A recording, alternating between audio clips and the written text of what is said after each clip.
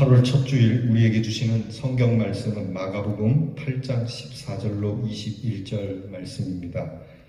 신약 성경 65면에 마가복음 8장 14절로 21절 말씀입니다. 이제 이 계시의 말씀을 읽어드릴 때에 우리 성도님들께서는 친히 우리 주님의 음성을 들을 수 있는 축복이 함께하기를 바랍니다. 제자들이 떡 가져오기를 잊었음에 배에 떡 한 개밖에 그들에게 없더라. 예수께서 경고하여 이르시되 삼가 바리새인들의 누룩과 헤롯의 누룩을 주의하라 하시니 제자들이 서로 수군거리기를 이는 우리에게 떡이 없음이로다 하거늘 예수께서 아시고 이르시되 너희가 어찌 떡이 없음으로 수군거리느냐 아직도 알지 못하며 깨닫지 못하느냐 너희 마음이 둔하냐 너희가 눈이 있어도 보지 못하며 귀가 있어도 듣지 못하느냐 또 기억하지 못하느냐 내가 떡 5개를 5,000명에게 떼어줄 때에 조각 몇 바구니를 거두었더냐 이르되 12이니이다 또 7개를 4,000명에게 떼어줄 때에 조각 몇 광주리를 거두었더냐 이르되 7이니이다 이르시되 아직도 깨닫지 못하느냐 하시니라. 아멘. 성경 잠언을 보게 되면 이런 말씀이 있습니다. 육선을 집에 두고도 싸우는 것보다 채소를 두고 화목한 것이 낫다고요. 먹을 것을 두고도 불행한 사람이 있고 먹을 것이 그렇게 많지 않아도 행복한 사람들이 있습니다. 이 말씀은 돈이 많아도 불행한 사람이 있고 돈이 없어도 행복한 사람이 있을 수 있다는 얘기입니다. 돈을 잔뜩 집에 쌓아두고도 고대방실 높은 집에 살면서도 불행하게 사는 것보다는 초가집에 살더라도 행복한 쪽이 낫지 않겠느냐는 말씀이죠. 장애를 가지고 있어도 장애가 없는 것처럼 복되게 사는 사람이 있는가 하면 장애가 없는데도 장애가 있는 것보다 더 불편하게 살아가는 사람이 있습니다. 이와 비슷한 말씀이 오늘 성경 말씀에 주님이 말씀하십니다. 너희가 눈은 있어도 보지 못하고 귀가 있는데도 듣지 못하느냐. 이 말씀은 며칠 전 오병이어와 비슷한 사건이 예수님에게 있었습니다. 들에 예수님의 말씀을 들으려고 따라온 사람들, 그 사람들이 예수님의 말씀을 듣다 보니 때를 지나게 되었고 배가 고픈 사람들이 어디에서 먹을 것을 구할 수가 없으니까 저마다 이 먹을 것 때문에 배고파하는 이 사람들을 보고 예수님이 긍휼히 여기시고 제자들에게 떡이 몇 개 있느냐 물을 때에 제자들이 떡이 7개 있다는 말을 듣고 그 떡을 가져 그곳에 온 사람들을 먹이는 기적을 일으켰습니다. 이전에 있었던 오병이어의 역사와 같이 떡 7개만 가지고 4,000명을 먹이고도 7바구니를 거두는 큰 기적을 행하셨습니다. 여러분 한번 상상해 보시죠. 이 얼마나 큰 뉴스거리입니까? 요즘 이런 일이 있었다면 아주 세계적으로 화제일 것입니다. 그러나 주님이 행하신 이 일은 단순히 기적만은 아닙니다. 그렇게 뉴스로 보는 기적만이 아니라 예수님께서 일으키신 기적에는 항상 뜻이 담겨 있는 곧 이적, 표적으로 말씀을 하고 계시는 겁니다. 이 기적에는 항상 큰 뜻이 있다는 이야기죠. 이것은 귀로 듣는 말씀이 눈으로 보는 말씀이 되었고 말로만 듣던 말씀이 손으로 만지고 입으로 먹는 말씀이 되었다 함을 뜻하는 겁니다. 곧 귀로 듣던 하나님의 능력이 친히 우리의 손에서 만져지고 우리의 눈에 목도가 되고 그리고 우리의 입으로 먹어지는 이 하나님의 능력이 우리의 삶으로 체험되어지는 능력이 되는 것을 말씀합니다. 오늘 우리가 읽을 성경 본문은 바로 이런 엄청난 예수님의 먹이심의 사건 이후로 예수님은 제자들과 함께 디베랴 바다를, 곧 갈릴리 바다를 건너서 반대쪽으로 가는 배 안에서 일어난 사건입니다. 배를 타고 가는 길에 이제 때가 되었는데 먹긴 먹어야 되는데 겨우 들고 온 것이 떡 한 덩어리 뿐이었던 제자들 서로 이것을 두고 수군거리기 시작했습니다. 떡이 한 덩어리밖에 없는데 마침 그때에 예수님이 하시는 말씀이 얘들아 바리새인들과 그리고 헤롯의 누룩을 조심하라.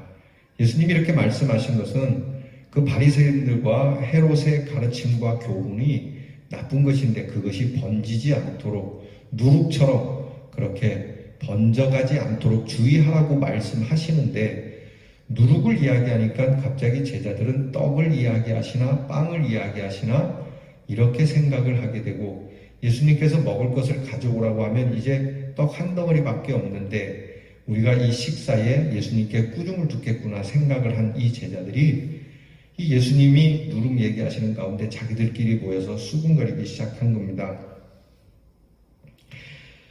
오늘 성경 말씀에 제자들이 수군거렸다라고 하는 이 수군거림은 헬라어로 디에로 기조마이라고 하는데 이 디에로 기조마이라고 하는 것은 서로 탓하느라고 변론하는 이야기를 뜻합니다.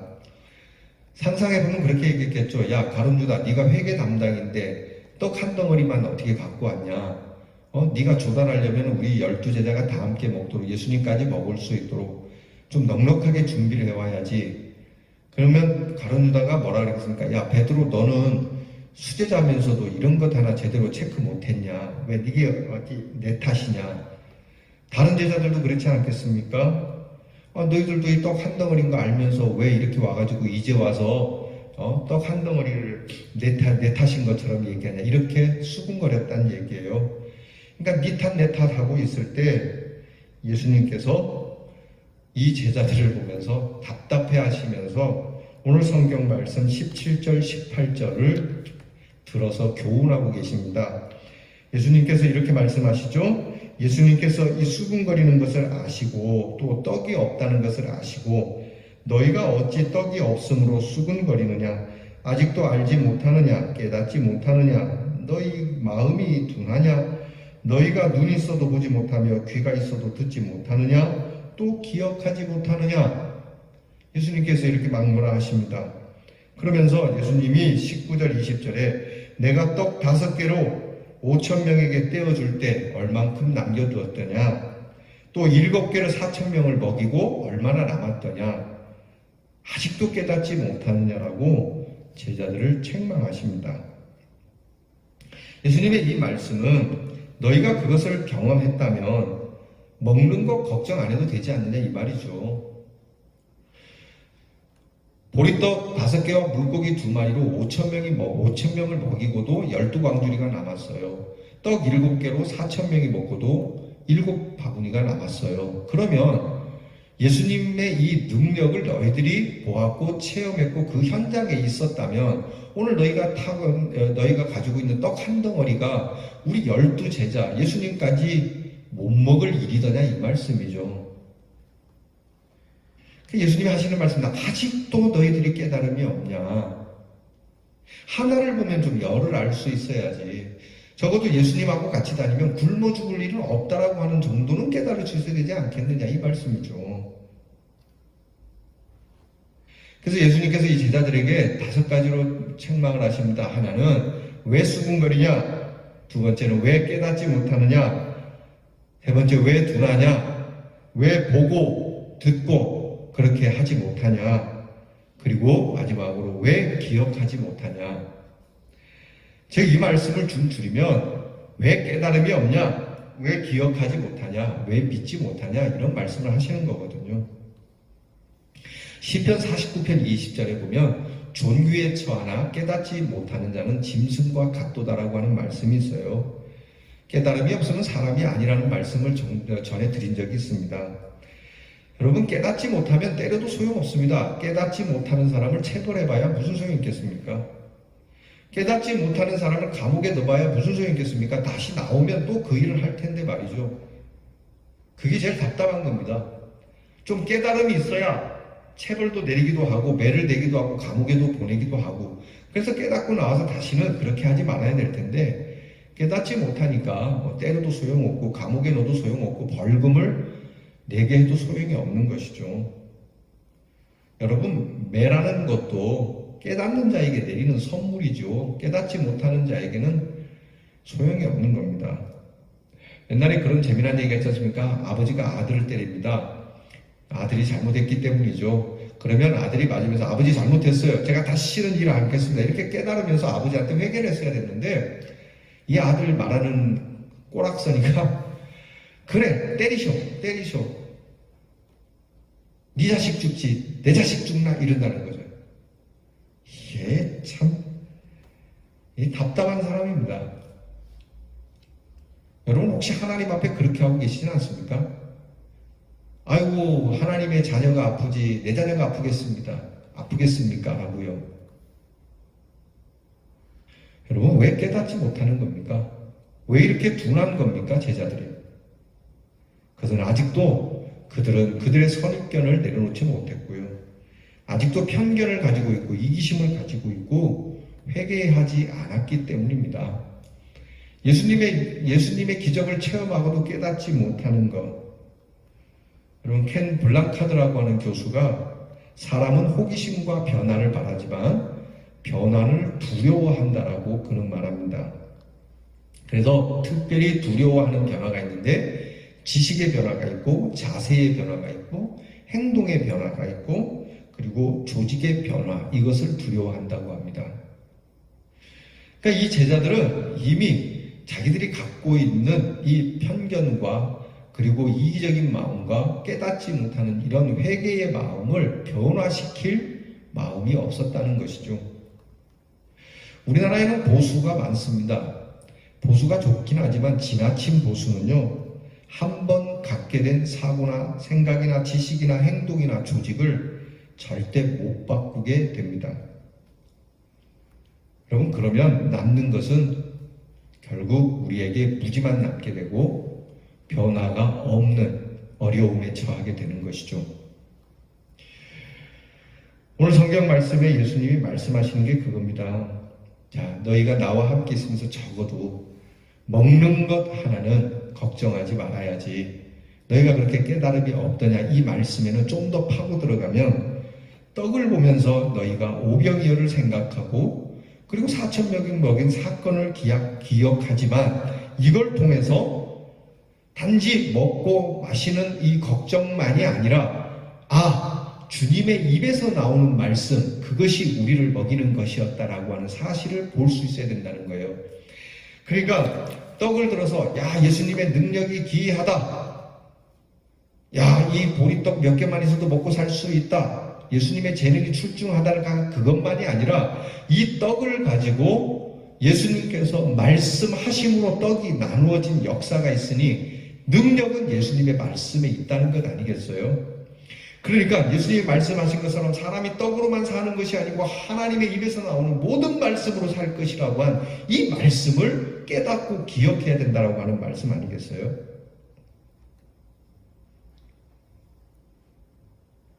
적어도 하나님의 말씀으로 산다는 것, 하나님 나라를 깨달아야 한다는 것.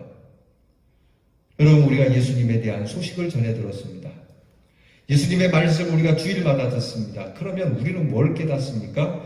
예수님이 오셔서 우리를 구원하신 그 사건, 곧 하나님 나라의 사건 아닙니까?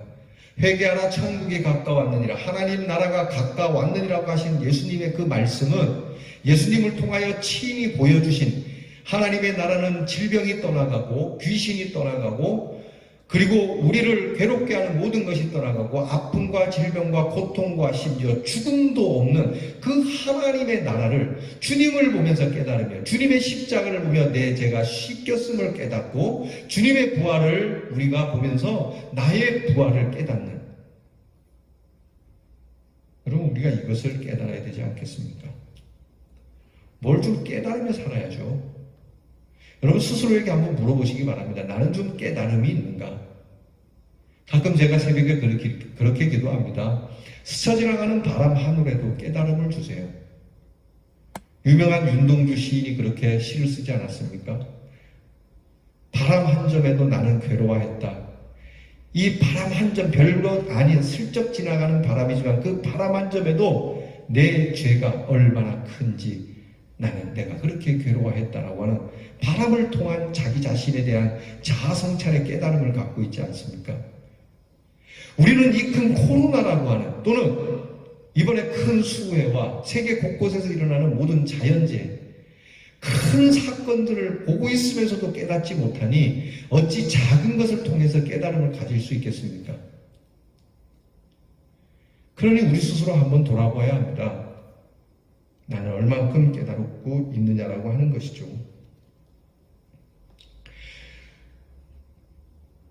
중요한 건 두 번째, 기억하는 게 중요합니다. 깨달은 것에 대해서 기억을 해야 해요. 자, 깨달음은 있는데 그것이 얼마 못 가는 사람들이 있습니다. 옛말에 원하는 빨리 잊고 은혜는 오래 기억하라는 말이 있죠. 원하는 그래서 모래 위에 새기고 은혜는 바위에 새기라는 옛말이 있습니다. 우리가 기억해야 할 그 기억, 우리 예수님께서 보여주신 그 은혜의 기억을 제자들은 며칠 안 가서 잃어버렸다는 거예요. 제자들에게 말씀합니다. 아직도 기억하지 못하느냐?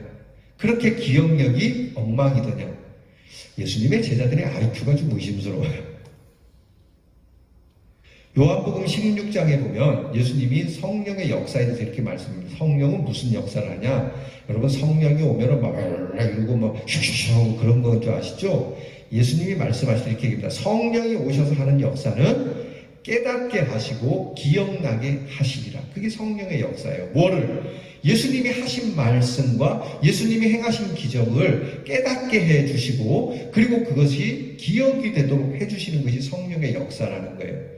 그래 여러분이 꾸어준 돈 또는 꿀 돈이 기억은 잘 안 나더라도 주일날 듣는 말씀이 늘 여러분들에게 기억이 되어지고 이것이 늘 깨달아지면 여러분은 성령의 역사를 받은 사람들입니다.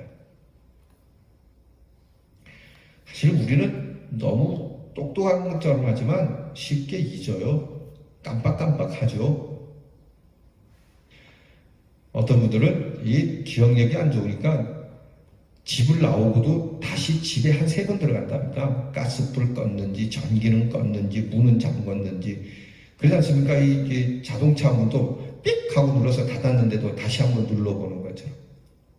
심지어는 아침에 일어나서 세수하면서 거울에 비친 자기 모습 보면서도 누구야 이 사람? 이런다고 하죠. 그 정도로 우리의 기억력은 점점 상실되어 가고 있어요. 여러분 이렇게 잘 잊어먹는 백성이 있었어요. 이스라엘 백성들이죠. 하나님의 백성이라고 일컫는 사람들. 애굽에서 나왔습니다. 출애굽한 이스라엘 백성들이 홍해를 건너는 기적을 갖지 않습니까? 엄청난 기적이죠. 이 홍해를 건너는 기적을 가졌음에도 불구하고 3일 동안 물을 얻지 못하자 하나님의 구원을 망각하고 하나님을 원망했어요.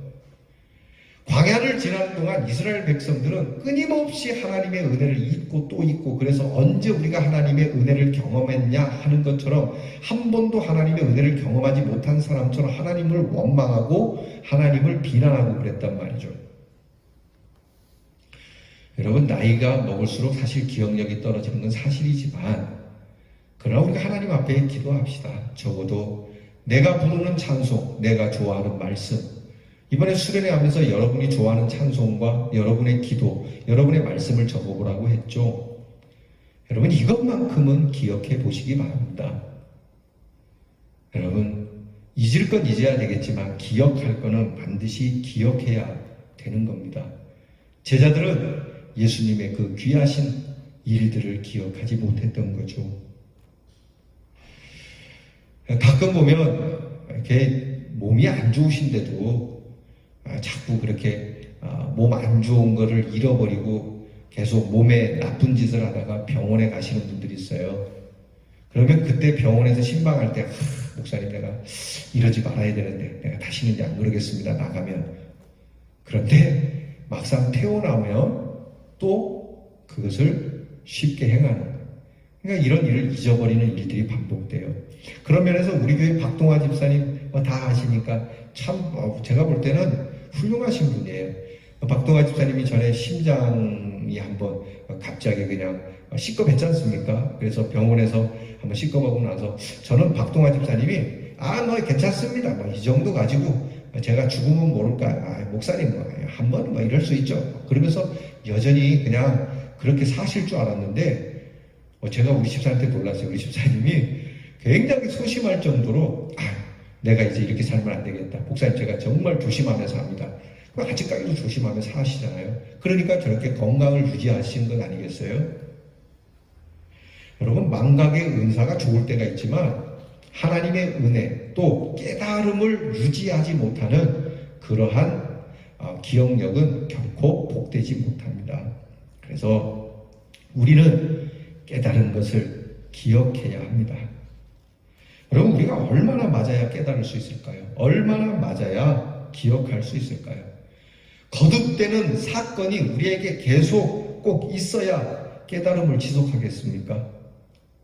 충격이 계속 있어야 우리가 기억하며 살겠습니까? 감사를 망각하고 감사를 상실한 것처럼 불행의 원인이 되는 게 없어요. 그래서 우리는 기억해야 합니다. 주님의 그 말씀, 주님의 그 큰 기적, 주님의 그 크신 뜻을 깨달아야 하고 그것을 유지해야 하는 것이죠. 그리고 무엇보다 기적을 믿어야 합니다.